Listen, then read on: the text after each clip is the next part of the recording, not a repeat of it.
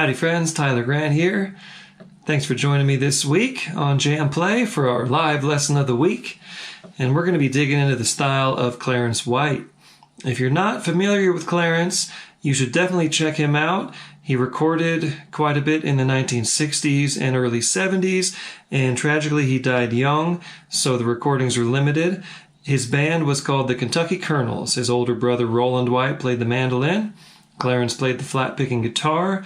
He was a real prodigy on the instrument and really kind of broke new ground for all the other flat pickers to follow.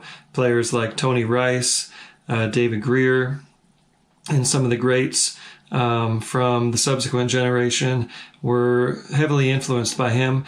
And he was a peer of Doc Watson, and they influenced one another. And there's a great recording of them picking together at the Newport Folk Festival in 1960, early 60s, 62 or 64.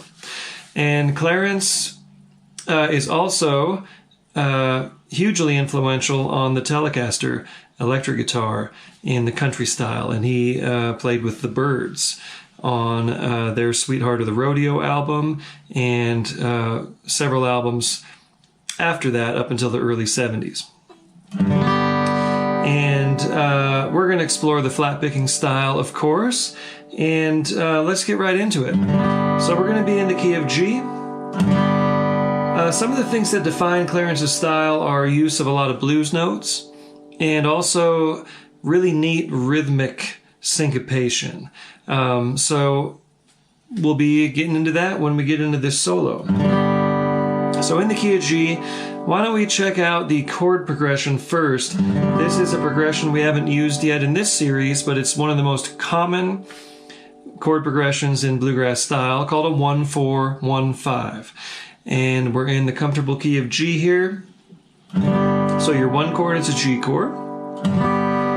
Your 4 chord is a C. And then we go back to the 1 chord, G. And then our 5, which is a D or a D7.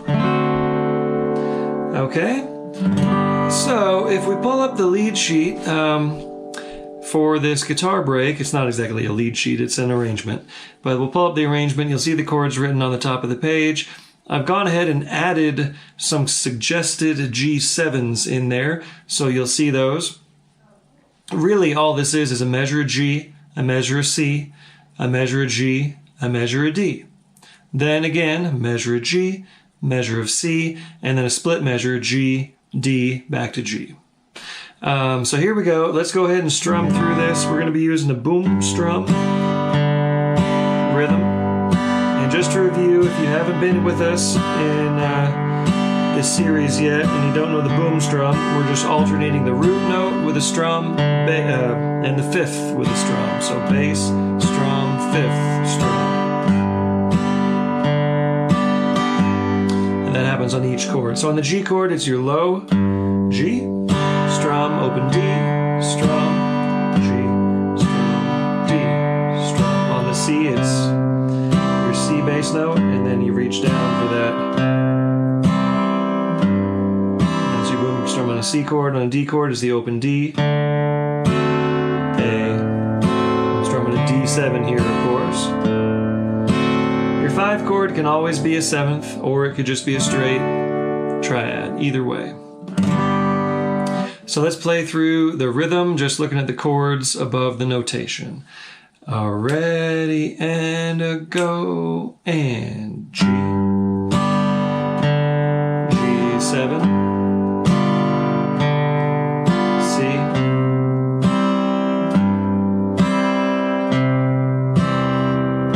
back to G,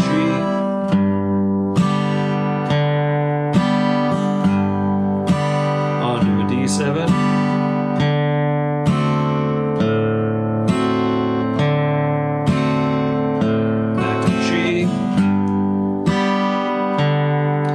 G7,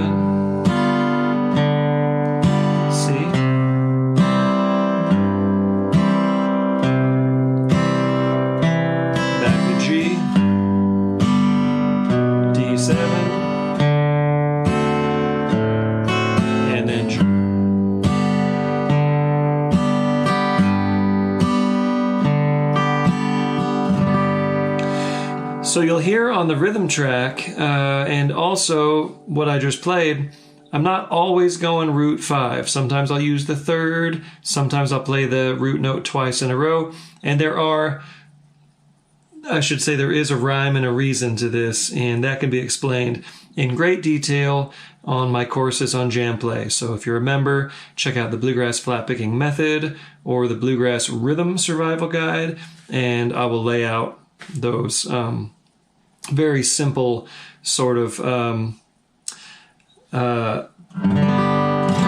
sensibilities about the rhythm and how you use the bass notes. Okay? So let's go ahead and dig into this break, and I think maybe we should start by, I'll just demonstrate for you with the rhythm track. So listen once through, and we'll go at medium tempo here.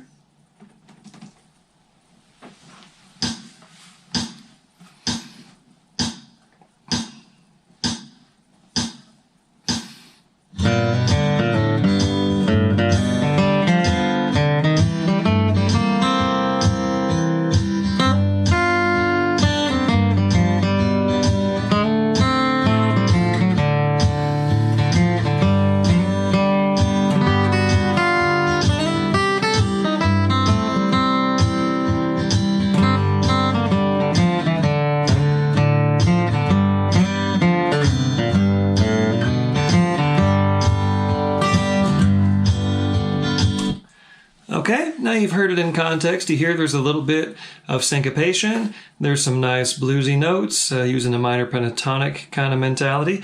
And obviously, there's no melody. This is just a general guitar break. So if you were playing a song, you would relate this to the melody of the song. However, you could stick this over any song that's a 1-4-1-5 progression in G, and it would work just fine. So from the top, measure 1, we're going to do this little hammer-on from the first finger, first fret of the A string, hammer on to the second finger on the second fret, and then open D, and then you pull off the other direction. First finger on the first fret of the A string, pull off to the open, and then on an upstroke you'll grab that low G note. So the syncopation here is that bass note happens on a upbeat, so we're going to hit it with an upstroke. So your strokes are down, down, up, up. And that's again related, as I kind of go over every week here, related to your steady dun, dun, dun, like you were doing when you were strumming. If you apply that, that's how you know which direction the pick is going to go. But they are written on the notation for you as well. And Clarence played in a style where he did a lot of downstrokes. So that's also an option if you want to dive into the Clarence style for real. You're going to want to watch some videos and see how his right hand moved. I'm strictly an alternator. That's how I play, so that's how I'm teaching you this. So there you go, the first lick. Let's try that together. Ready and slow E and okay. So what's happening here is we're using the flatted third, which is a blues note, resolving to the major third, and then the fifth of the chord, and then we're using that flatted third again, descending down to the root note. So very, very common language in this style. So right after we play that lick, we have the open A again. On the upstroke, you catch the first fret, hammer on the second fret, and then the open D, open G, and then third fret of the D string, which is the 7th of the G chord, one of the blues notes, and you will hear that ring. And that is deliberate. We're really emphasizing the flatted 7th there. So the first measure altogether goes.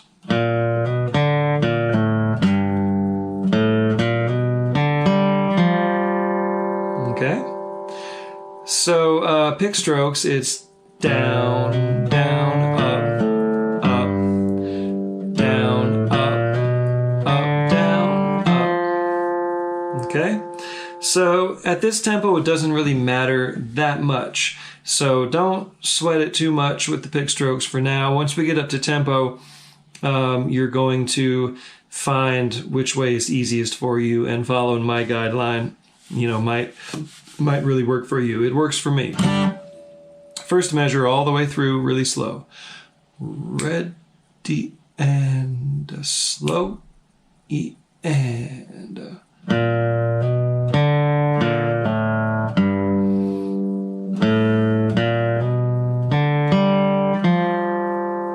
Okay, one more time.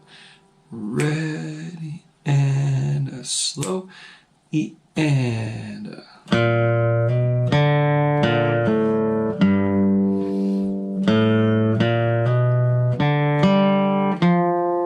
Okay. Next measure, we have open D. First fret hammers onto the second fret, and then open G. Second fret, open again, third fret, and then the first finger on the B string, C note. And I like to let both of those notes ring, so you hear those notes kind of ringing together. It doesn't last very long when we're at tempo, but it makes a nice, nice sort of dissonant little harmony there between the seventh of the C chord, the flatted seventh of the C chord, and the tonic. So those are two notes from a C7 chord. And this whole lick outlines a C7 chord. Again, very common language in flat picking style. So that second measure, really, really slow. Ready and slow, E and.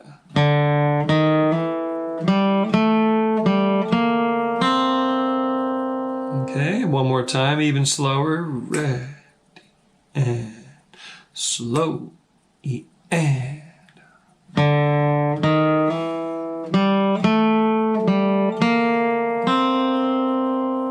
Okay. So the first two measures in context sound like this.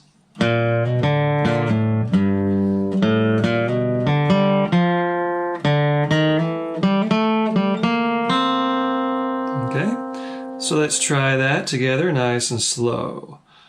Ready and slow, E and.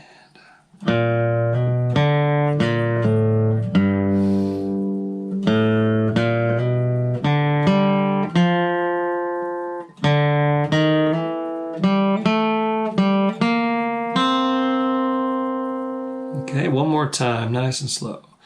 Ready and slow, E and.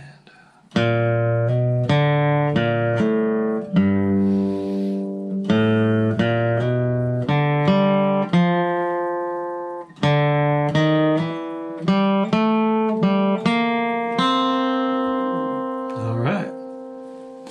So moving on, the third measure, we have this bluesy lick, which is real typical of Clarence's style.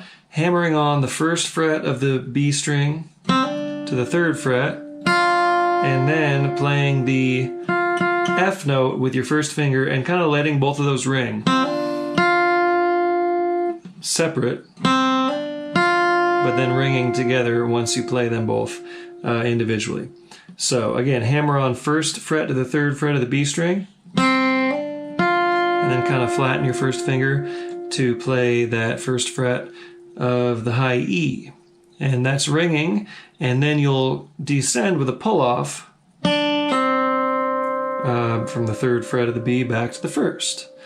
Okay? And that's something you could like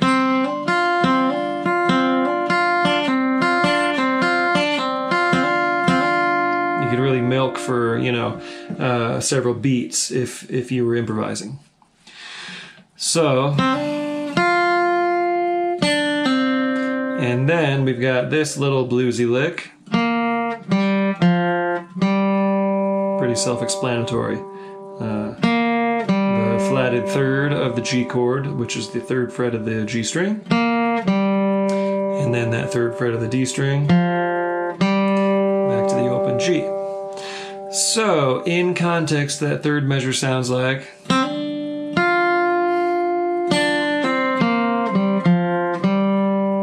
More specifically, I did the hammer on a little too fast. It's supposed to sound like.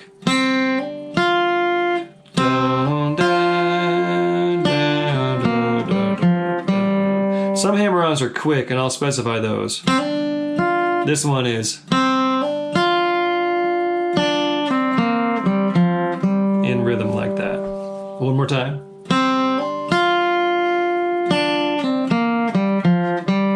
Okay, let's play that together real slow.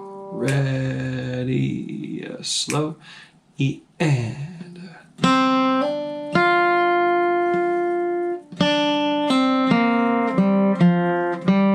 Okay, one more time. Ready and slow, E and.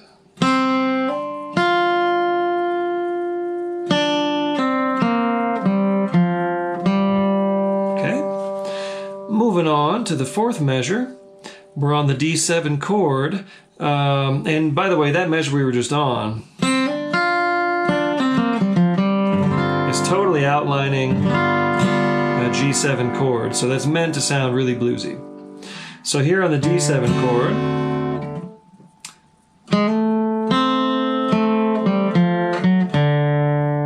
pretty standard lick there. Hammering on first fret of the G string to the second fret, quickly, like kind of right on the beat, and then first finger plays the first fret of the B string, and then we descend second fret of the G open, and then third fret of the D string, and then the fourth fret open. Now that, you can use your third and fourth fingers, or you can just slide that third finger up to the fourth fret either way. But you're picking both of those notes. So that's how that measure goes. Let's try it. Ready and slow, E and.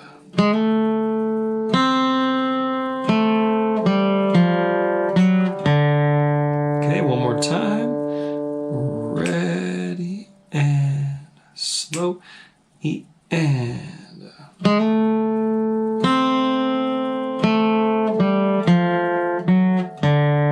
Okay, so you see how that's outlining the D7 chord? Those two notes from the D7, and that's the third. So the fifth, the seventh, and the third. So every time you're learning one of these licks, it's great to take it and really just kind of play with it and find everything else you can do there on the D7 chord.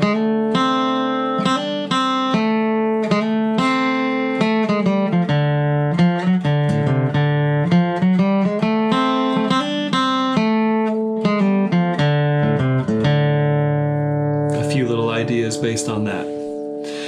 Okay, so we're pretty much halfway through the solo. So I'm going to play it from the top, those first four measures, and then we'll slow it down and play it together.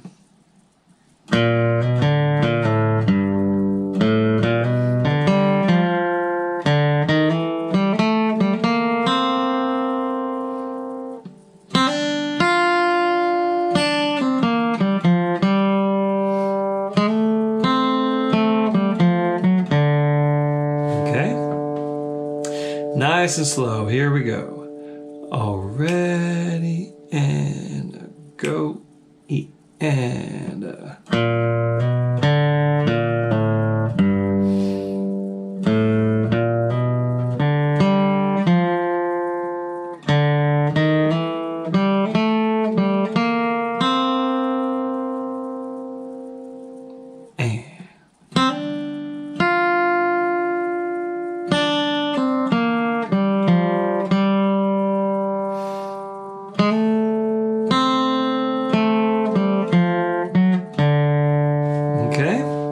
Let's go ahead and play that one more time, nice and slow. Already and go, E and.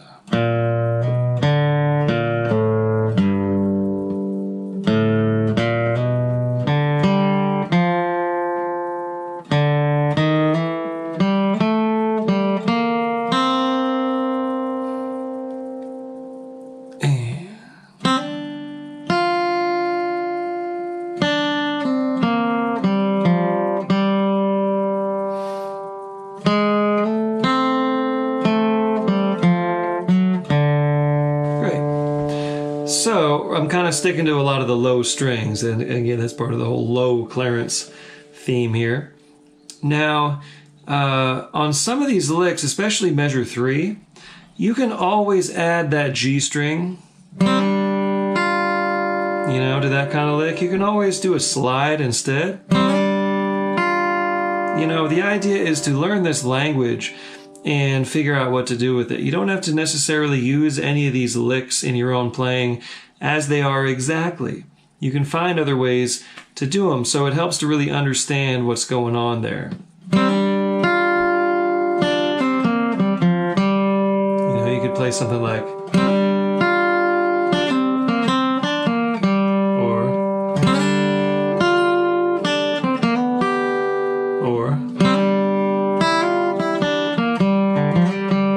so many options with each of these. So, you know, you're almost learning like measure by measure a bunch of different useful licks as you're kind of doing in each one of the lessons during this live series. So if you're really diving into the style and you really want to learn it, you know, take it piece by piece. You know, that's one of the reasons we're kind of going through it so slow.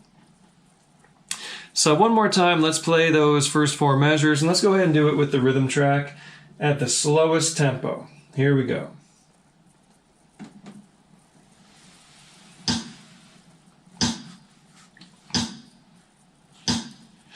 A 1, 2, ready, and a go, and...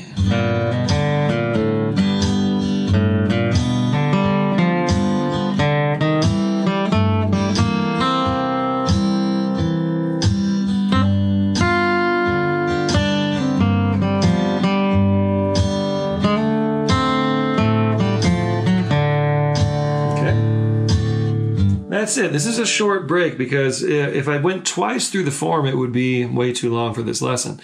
So I'm kind of really going to talk a lot about each particular lick so you understand how this goes. This is the typical length of a guitar break. You know, if it's a song like this, this would be the form. And that's really all you get in this style. So when you're jamming, you know, it's all about coming up with something very concise and related to the melody of the song, of course, and, you know, really put everything you got into those, you know, 9 measures of the form, right? So anyway, there's a lot more about that kind of stuff on my courses on jam play as well. So moving on.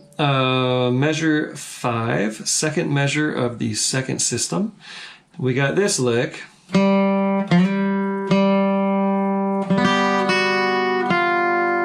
Now that's worth the price of the lesson right there.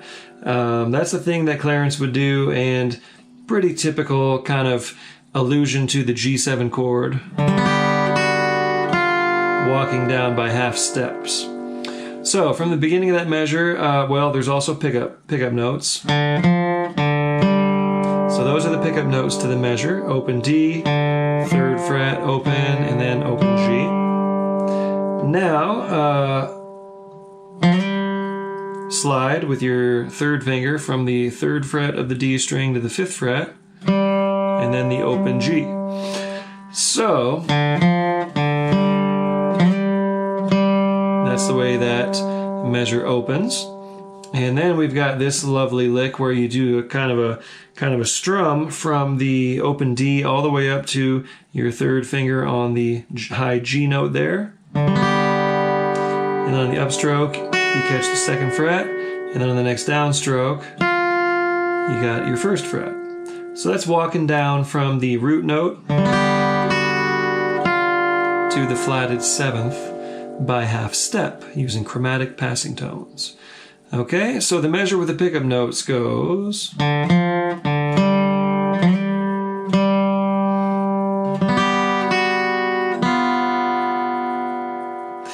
It actually goes...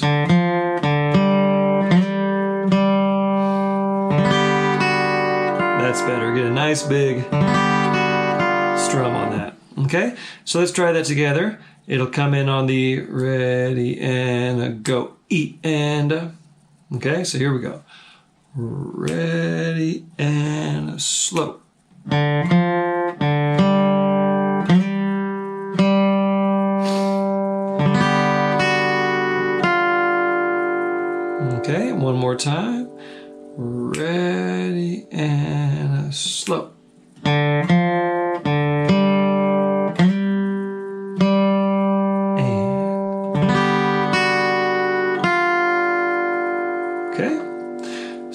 after that, we have one of the most valuable licks in flat picking style, this one.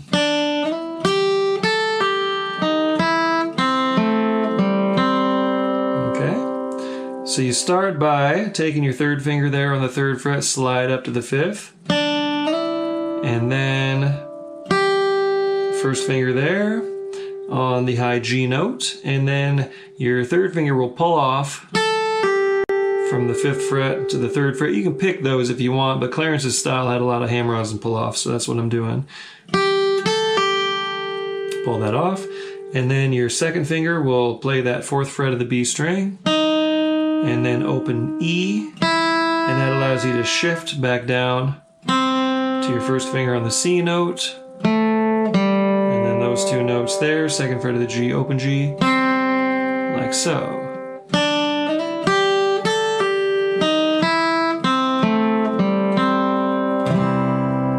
That's 101 C bluegrass lick right there.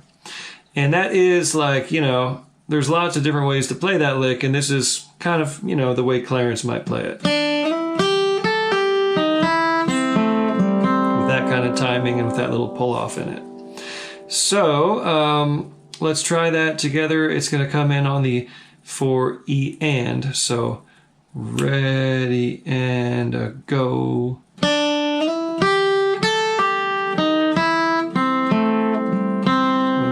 So again, slower, ready, and slow, and.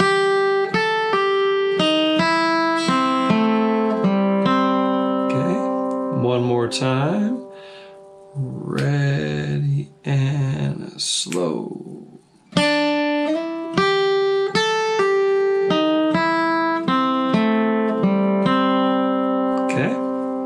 So those first 2 measures of the second half of the solo, which are actually measures 5 and 6 of the entire arrangement, go like this. Okay.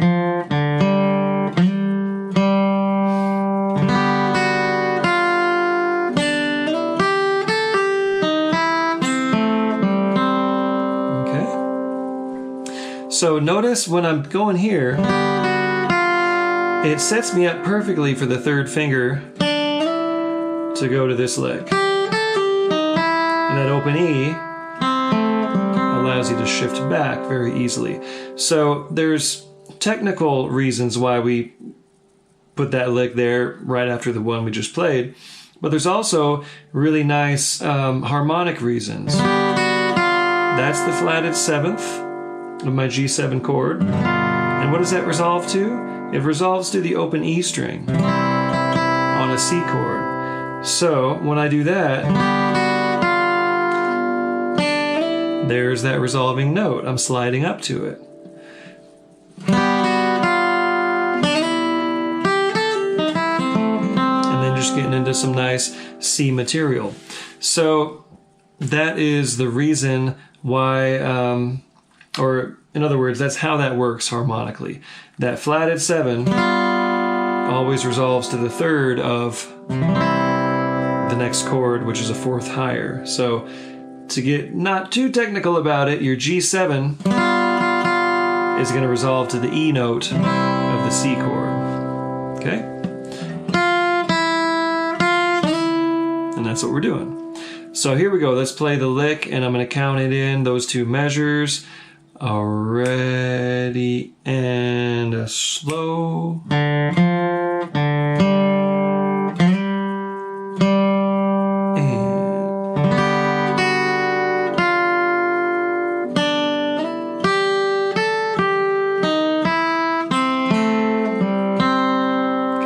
Time. Those 2 measures, measures 5 and 6 with the pickup notes included. Ready and slow.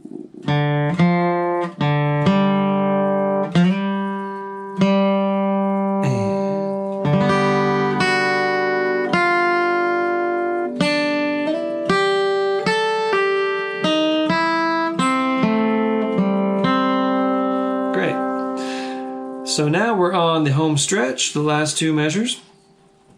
And this one, we're going back to this. That one we did in the 3rd measure. that little hammer on from the first fret of the B string to the 5th fret. Oh, sorry, first fret to the 3rd fret. It's the 5th of the G chord. And we're going to go ahead and strum those 2 open strings beneath it, the D and the G strings. Right? Powerful sound there. And then first finger, 3rd fret of the G, open G, open D, 3rd fret, 2nd fret, open. So let's just do that much for now. It goes. So what that's doing is going from your G chord, that's all outlines of G in a real bluesy way, and then that is targeting your open D. So we're anticipating the arrival of that D chord by going and hitting that D note right on the beat where the D lands. Okay, so just that much. And this one is really important to get your strokes proper. Down, down, up, down, up, down, up, down. Okay, so let's try that bunch together. Ready and slow, and.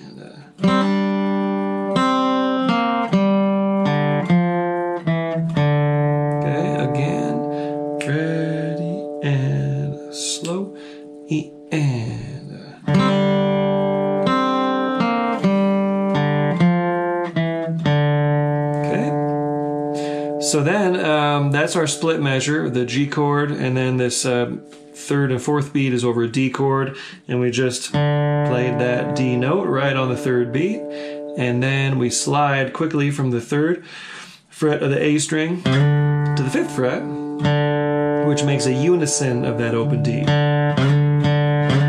There's a real common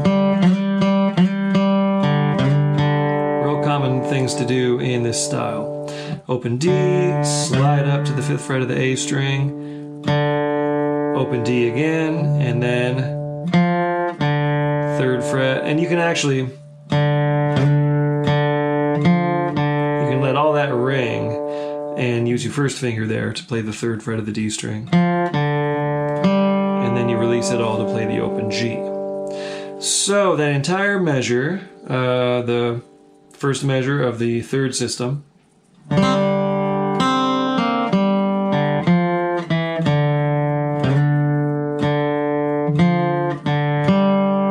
then that lands on the next beat there on the next measure, the open G. So let's try that much together. Ready and slow, E and.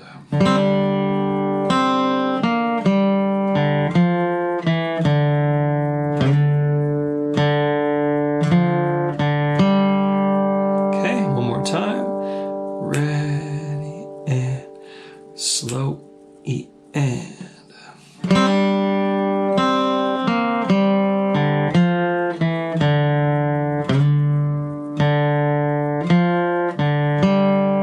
Okay, and that is the last measure of the form, and so we're going to fill it out by just doing some kind of bluesy licks to take it on home.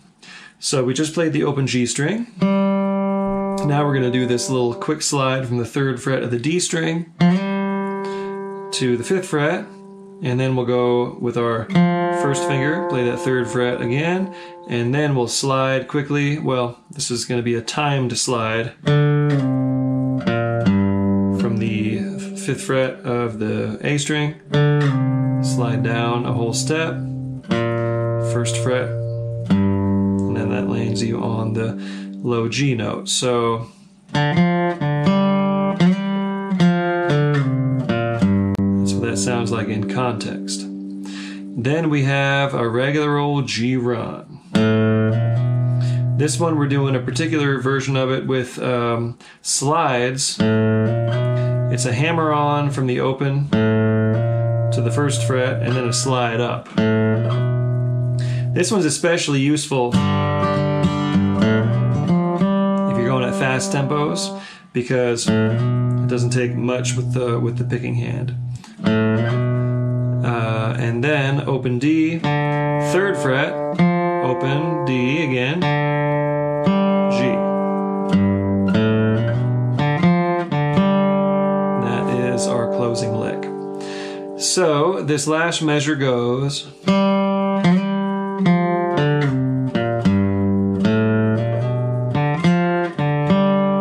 Let's try that. Ready and slow, E and.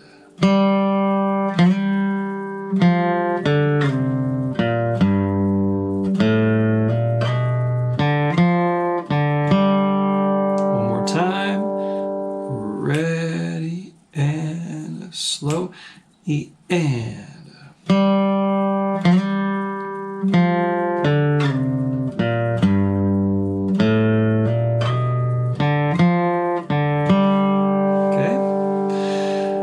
There we go. We're all the way to the end. Let's try this whole thing. It's easier probably to try the whole thing than to break it up much more. We've kind of gone through all the moves now.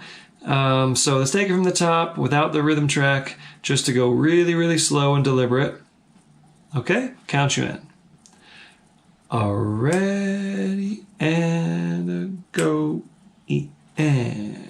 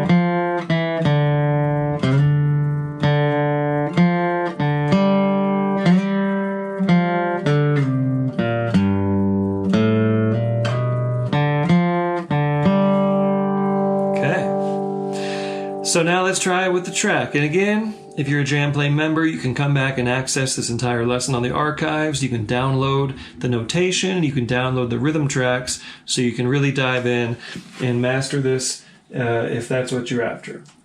Okay, so here we go with the rhythm track, slow tempo.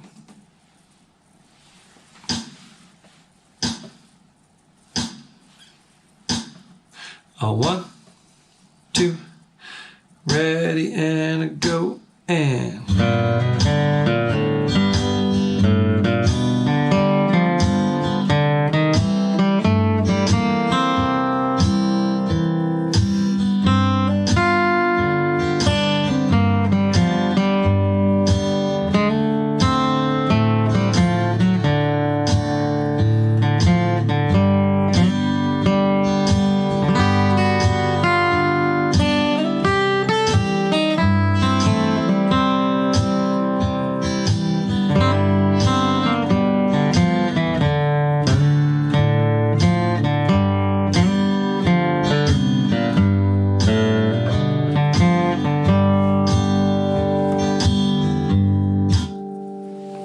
All right, one more time, slow tempo.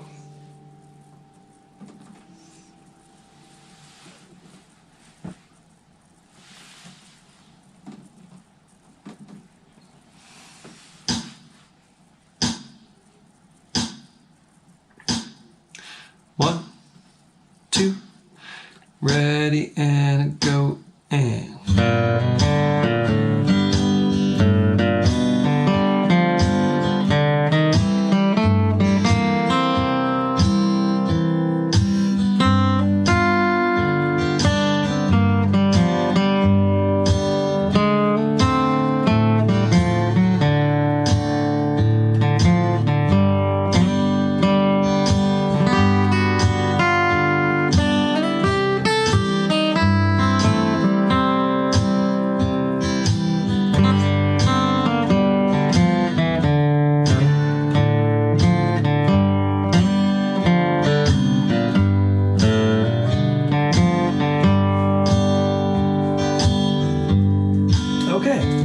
If you're feeling up for it, let's try the mid-tempo, 65 beats per minute.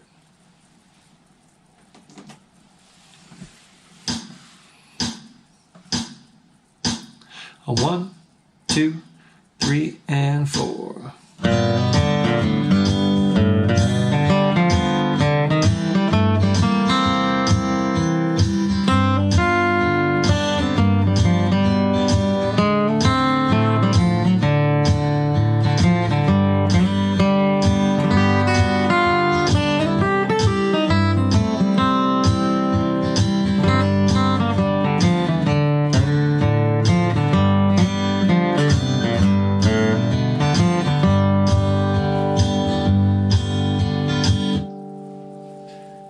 Great. Well, there you have it. A little bit of Clarence White style for you. Remember, you really have to dive in and check out some of Clarence's playing. There are recordings that he made that are under his own name, Clarence White, and then anything by the Kentucky Colonels or the White Brothers. And then, of course, he plays some acoustic guitar on some of the Byrds albums, but Byrds, anything after 1966, between 66 and about 71 or 72, has a bunch of Clarence electric stuff on it, and there's a bunch of stuff on YouTube as well. And it's so sad that there isn't more, but we're grateful for what we have from the great master Clarence White. He's practiced a lot, I will tell you that. He was very inventive and just really worked at his style. So now, just to send it off before we take some questions, I'll play this at the full tempo, 85 beats per minute, and then I'll jam on it. All these tracks go through 4 times, so being a Jam Play member, you can download the track and just practice along with it. So here we go. I'll play the Clarence White style break first, and then I'll just jam from there and try to come up with a few other Clarence isms along the way. Here we go.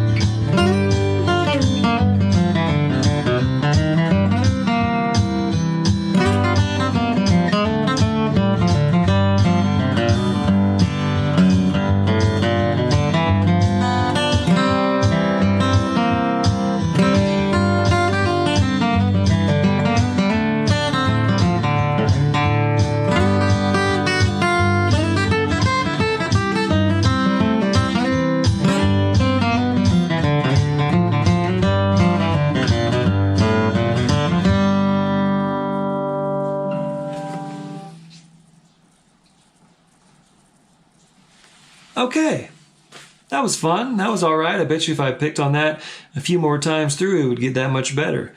But go ahead and dig into the style of Clarence White. Take this, learn the licks, and incorporate them into your own style. And I'll see you back here next week, same time. And we'll open it up now for questions. Thanks so much.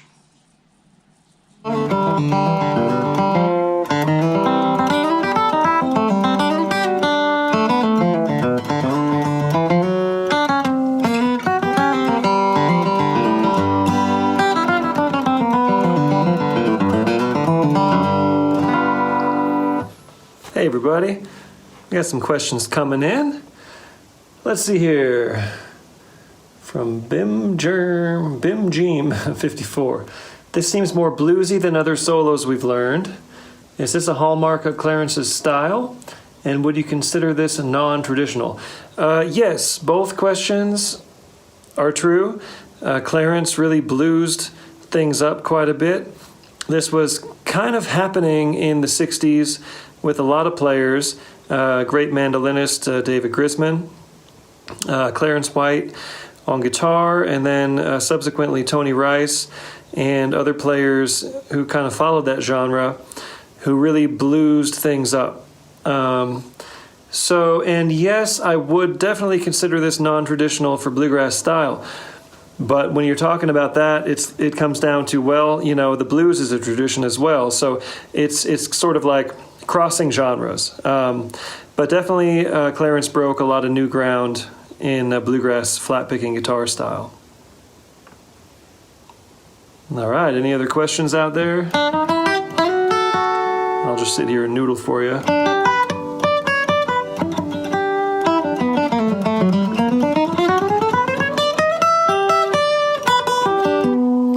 Pat McGee asks, do you have other lessons on jam play where you talk about hand mechanics? I seem to have issues with that.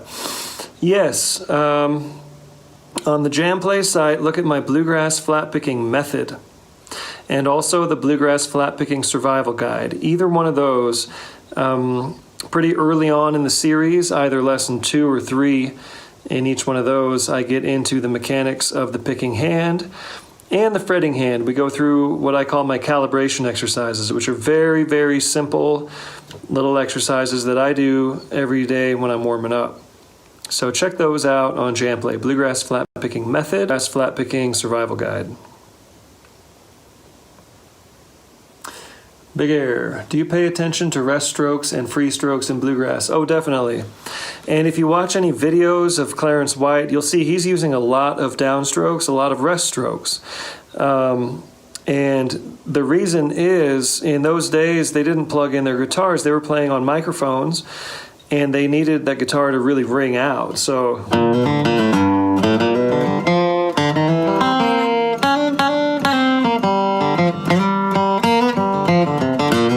you'll hear a lot of those really accented downstroke, rest stroke styles. When you're hearing me play on this video, I'm sort of have the luxury of being able to play with dynamics. So I don't focus on the rest stroke as much as I would if I was in the jam setting and really trying to punch the notes out over the banjo and the other louder instruments. Peter Ashley, our measures 3 and 6 in 3/4 time. Thanks, great lessons. Well, you're welcome. Thanks for tuning in. It's all in 4/4. So just download that notation from the Jamplay site once this lesson is up. I think they usually get them up, within a short time. Maybe Chris can let me know about that on the chat here. But yes, it's all straight 4/4 time. And if you go back and review the lesson on the Jamplay site once it's up and download that notation, you'll be able to follow it a little bit more closely. Okay, the notation is already up on the site, and the archive lesson will be up as soon as we're done. So there you go. Log in and check that out, and do some review there on your own. Chuck 43, is Clarence the one who invented the B-bender guitar? Yes, indeed. The story is, when they were in the studio, Gene Parsons, the drummer for the Byrds, was a machine shop guy. He worked with metal, and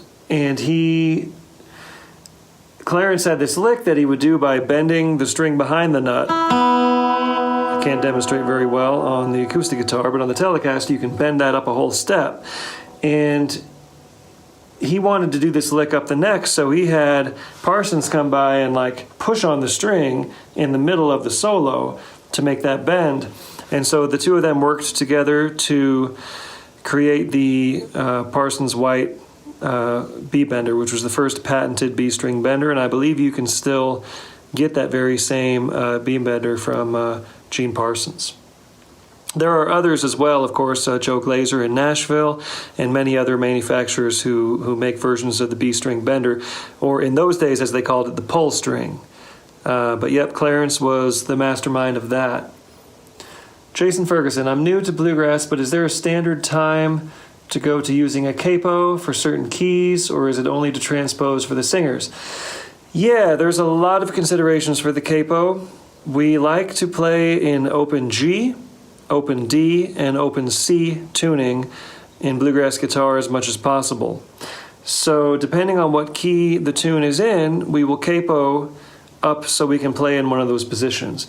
And in this case, we're just in open G, it's no big deal. But if this was a song, say, and the singer was singing in a higher key like A or B flat, then we'd capo 2 to play G position for A, capo 3 to play G position for B flat, capo 4 to play G position for B, and by the time you get to C, you can either capo 5 or just play C position. But then there's also considerations of, say, fiddle tunes, like a D fiddle tune, like Forked Deer or Soldier's Joy, which I tend to play out of C position. I will use a capo 2 to play C position in the key of D. So there are several considerations, and one of the main ones being the key of the singer, of course. But and oftentimes, like say we're in a jam and playing a song that's in G, and the guitar, there's already a guitar playing out of G position, I might capo 5 and play D position just to make it sound different. It's nice when the guitars are capoed in different places if there's more than one guitar. So that's another, less important consideration. But do yourself a favor and watch some videos of Norman and Nancy Blake. And you'll see that they're almost always capoed at different places. She'll be backing him up on rhythm guitar, and he'll be playing the lead. Not always, but often they will be capoed differently because, as they put it, it sounds kind of like a symphony. There's different registers and different chord shapes ringing out, which really complement one another. Okay, well, that's all the questions, and thank you all so much for joining. We have a couple weeks left of this series, and I'll see you next Thursday, same time. And remember, if you're not a JamPlay member, sign up, and you get all the benefits of all the courses on JamPlay and also being able to visit these lessons on the archive. Okay, see you next time.